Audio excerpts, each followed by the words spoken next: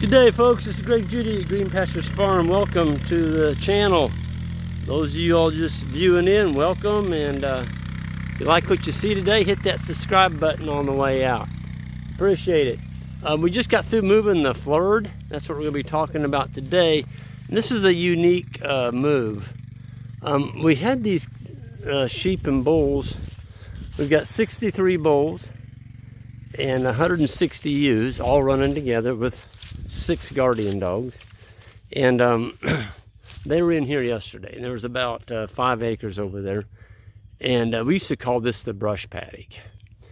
And then we nicknamed it to the, we took the brush off, chainsawed it, and got rid of the brush. And between that and keeping a brush hog on it the last 2 years, it's starting to look like pasture. But we actually had a huge explosion of clover in here. Oh, that's been 10 years ago, and the landowner, he nicknamed it Clover Paddock after that. So we call this the Clover Paddock. It actually should be called the Big Blue Stem Paddock because it's about 60% Big Blue Stem. The boys are going to move the dog feeder up here. We've already brought the sheep mineral and the sheep and cattle mineral up here, the cafeteria. And anyway, here comes the young dogs. They're like, where are they going? They just like following. They're young. They just got into that paddock. So they're running around sniffing, peeing on stuff. Lots of interesting smells up there for a young dog. And I'm gonna walk up there in a minute. But first of all, I'm going to show you a trick here that I picked this up several years ago, and I want to share this with you. So this is your learning opportunity today. It's going to save you probably an hour someday on your operation, or it may save you half a day of getting animals where you want them. So here's the gate. So there's the corner post, and you see the ribbon.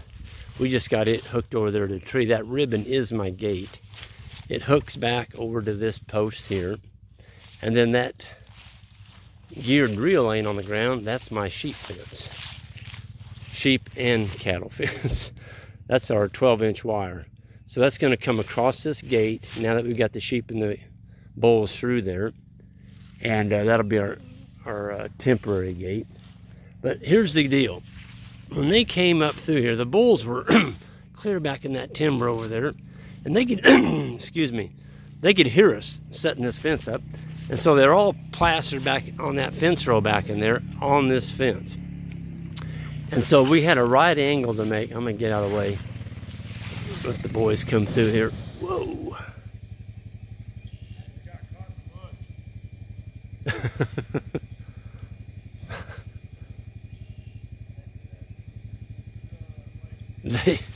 They hit that bank down there. That dog feeder went flying sideways. That's a tough dog feeder. It's got 45s cut on the 4x4s. Otherwise, they'd have tore that thing clear in two. So the angle on that dog feeder allowed it to jump over that stump or whatever they hit down there. Yep, it's still in shape. There they go with the dog feeder. That's a self dog feeder. So the dogs can slide under there and eat, and the sheep can't get in there. So I call that a sheep-proof guard dog feeder, and it's movable. You just move it with your herd, or flerd, I'm sorry. So anyway, back to this unique deal here. So the bulls, to come out of here, they had to come.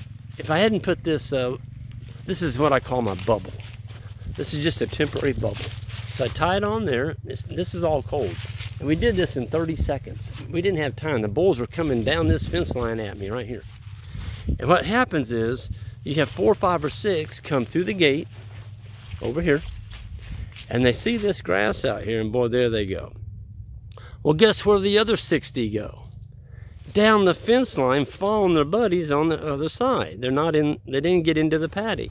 And the same thing happens with sheep. And so if you'll take a bubble like this, right at the gate, when you're making, this is for making right angles, folks. This is not the prime opportune place to have a gate, but it's on the side of the fence. It does work good to get them out of here, going both directions especially if you're doing a road drive, you're coming down the road over here, they just flow through here. But when you're making a right angle, they don't. So we put this bubble in. We tied that wire on. We stuck in 4 temporary posts. Okay, I'm gonna follow the bubble.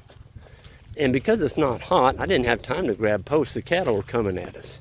We had 63 bulls coming through those woods at us. And so what I did is I just used trees. Like that. There's another tree. I'll follow it up through so you can see what I did. There's another tree. There's a little sprout up there. And it goes over there and ties onto that fence. So when those bulls came walking down that fence line, they hit that wire. No, it's hot. No, it's not, but they think it is. They followed that wire around my bubble like this. And it guided them. It guided them all out here into the opening like this. And now I've got a lane. I've got a lane going up the hill, and they can see their buddies going toward that green grass. It guides them all through the gate. Folks, we got all 63 bulls. Not a single bull hung up. Well, then we went and got 160 ewes, and the guardian dogs, they did the same thing. They were back up in the woods over there.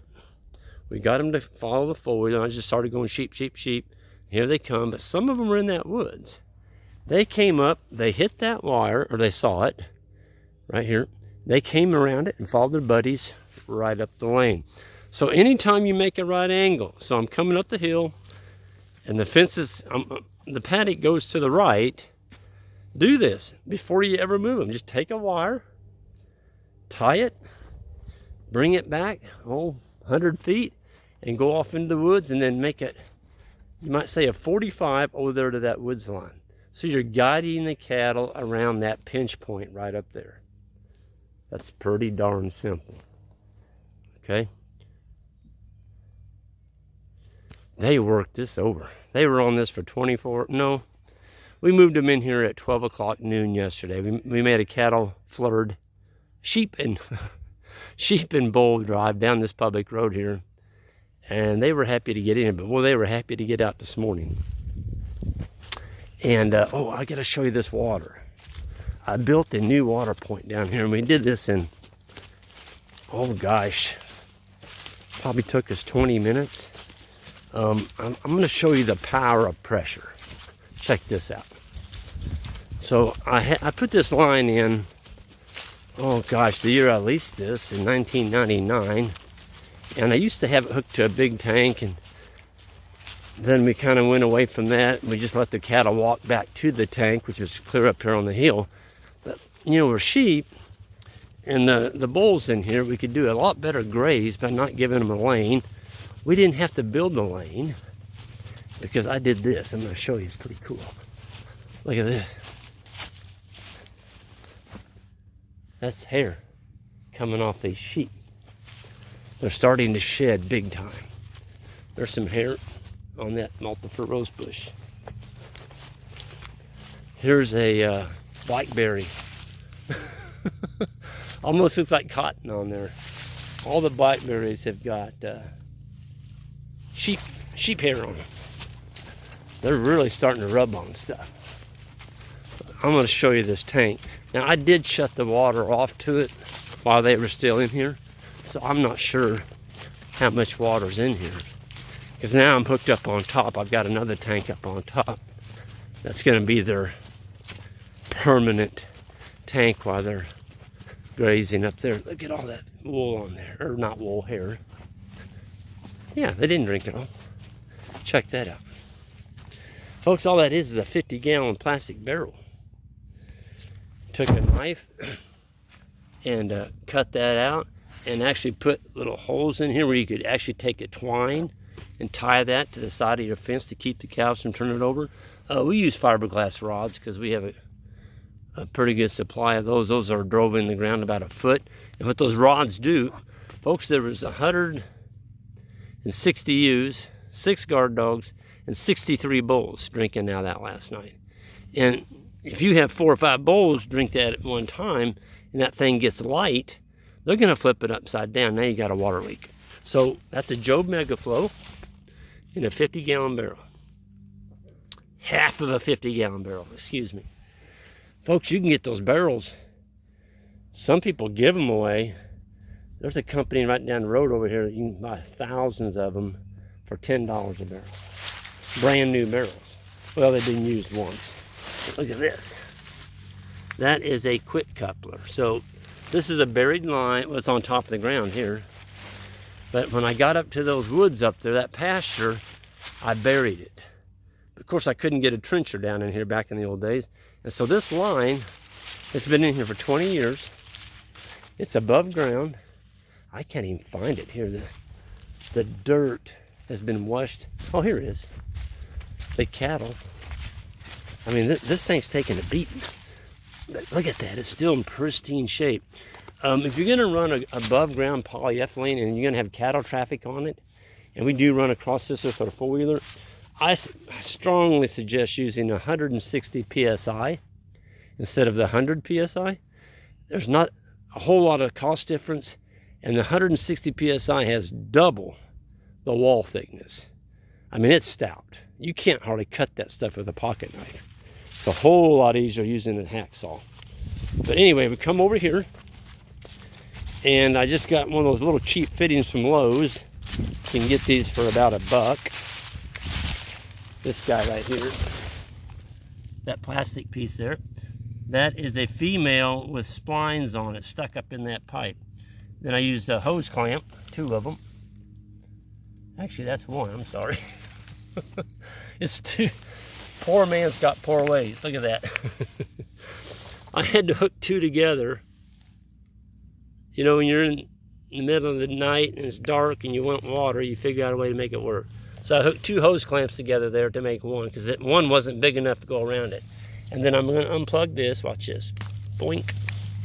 So as soon as I unplug that and pull that male out, that kills your water supply. And then when you're done with it, let me get to that. Always close that lid up like that. Okay. If you don't close that lid up, you're going to have debris up in there. And this is my male. It was hooked to that little tank. So, yeah, and at the other end, making y'all dizzy, I'm sorry. At the other end up there, it was just hooked onto a hydrant, and it was stuck on a snap coupler up there. I'm going to walk up and show you that, because we're going to show you how we're doing the sheep water at the very top up here with the bowls. So we've got a 100-gallon tank up here, and the sheep can't reach it, the little ones, to drink. And so we just put a platform. I'll show you our platform.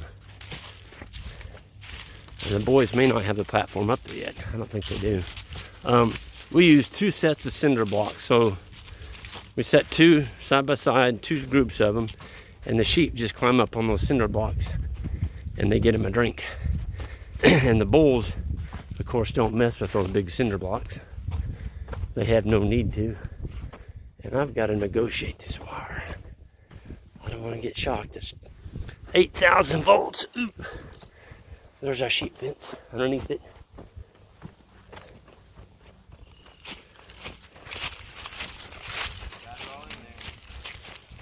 Good deal. I wondered, yesterday I dug some out of there. I was like, it's getting low. Well, that's good. We're getting consumption. Okay, you all want to get those other cinder blocks? There's actually 2 by the corral up there. Okay. Remember where we had the flerd? Yep. Yeah. Grab those 2. So the boys just fed the dogs. You can see it's gravity flow. See what you got to do, folks. I'll tell them that when they get home. When they get back here. See, when you fill it up, what happens is you got to do that. That thing was just as tight as a brick against it, so the dogs couldn't have pushed that open. This one's fine, but these small feeders, when you fill them up, all the feed gets packed against that door, and they can't get it. They just pull a little pile out on the ground like that. That'll be gone, and well, 6 dogs in here. It won't be there very long. Hey guy, how you doing? Come here. Come here. Come here, pup. Come here. Yeah, come here. He's like, it's too exciting out here to come here. Yeah, it's a good boy. Yeah, you're an awful good boy. Aren't you a beautiful dog? Yeah. Yeah. Now you were just wanting pets all over the place yesterday. I love those colored dogs. They got that blue tick on their legs.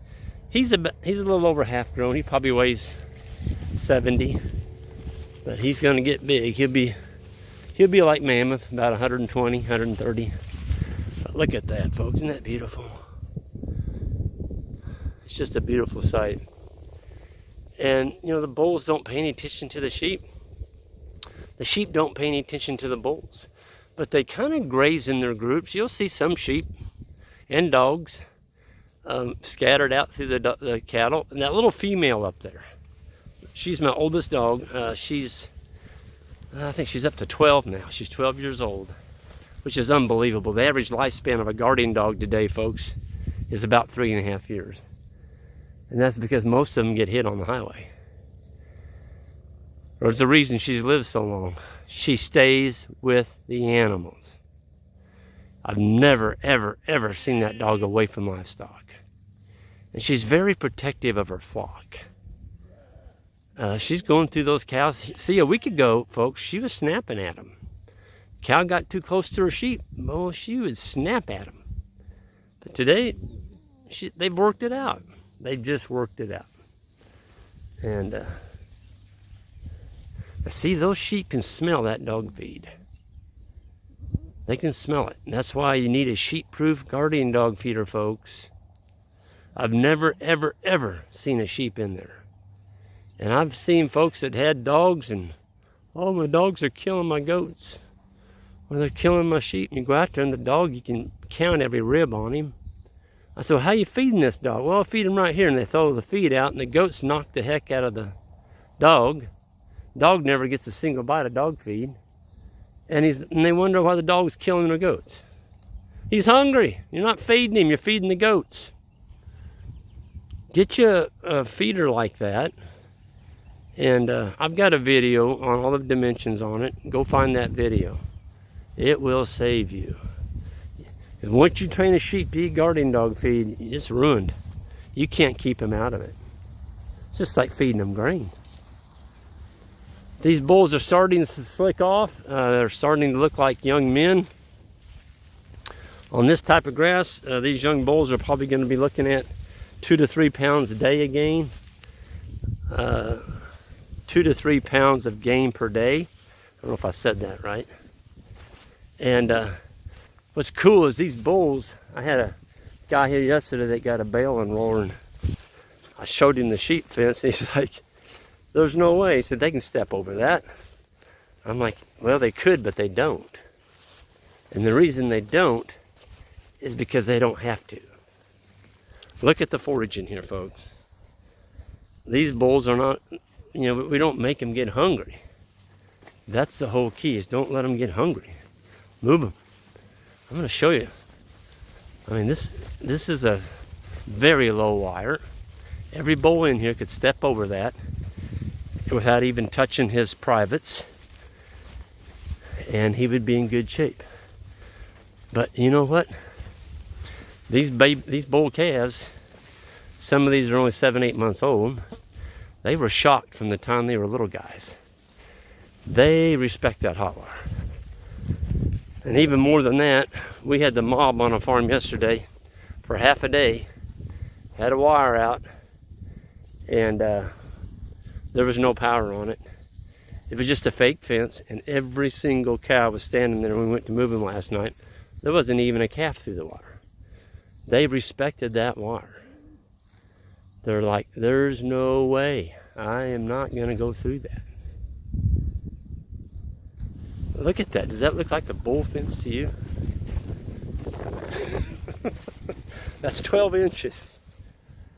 12 inches. Electricity, I tell people, it's not a physical fence. It's a mental fence. And you get hit by it, and Ben did. Ben got hit by it yesterday. and I heard him kind of let out a yell, and I put the meter on the fence, and I think he got hit with 6,900 volts.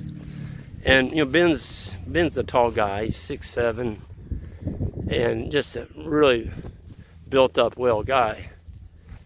And all that rowing he did at Cornell made a fine specimen out of that young man. Anyway, he was sitting on his knees, and I heard him yell, and he was grounded. His knees are on, you know, soft, wet ground, and he got the full impact of 6,900 volts through both knees. And after that, he was just a little bit more careful and scared of that fence. Folks, it doesn't care who touches it. It will shock you. I don't care if you're a president of the United States. You touch that wire, it's going to get you. But man, I'm telling you, these cattle are really starting to shed off some. You can see the patches of hair missing where it's coming off of them. You look at it real close, well, that's lice. It's not lice, it's hair falling off. Because right underneath it is a real fine moleskin hair. In about another 30 days, everything here should be pretty much shed off. One thing I want to warn you all about is on your yearlings.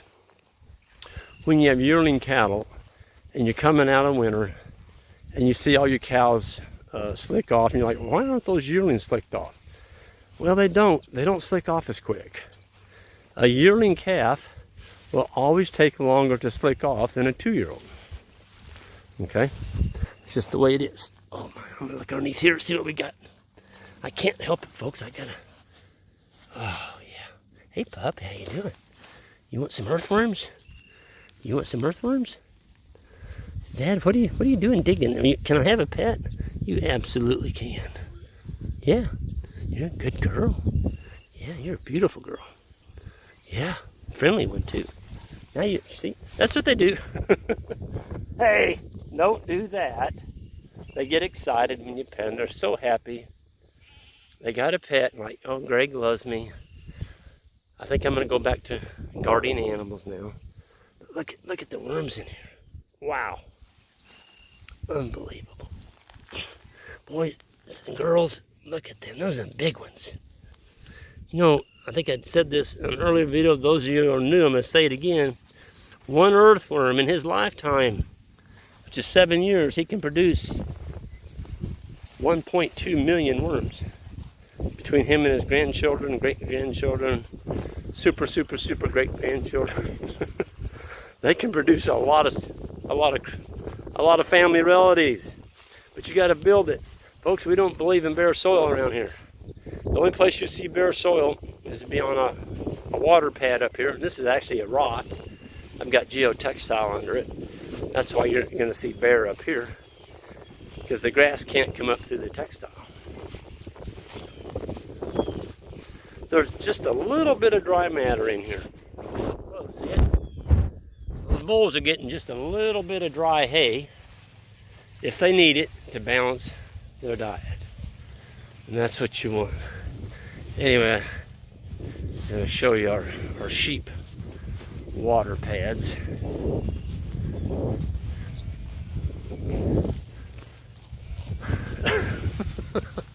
That bull, I don't know, he acted like he got shot, but he didn't. He wasn't close enough. So we've got the rubber pads on this tank. We don't need those because there's rock under here. So I'm going to have the boys pull that rubber pad back and actually stack another brick right beside the one that's there. They've got them right here. So guys, if we could pull those rubber pads back about 8 inches and stack the other one right here. Behind it. Right there next to it. That way you got a nice wide, yep.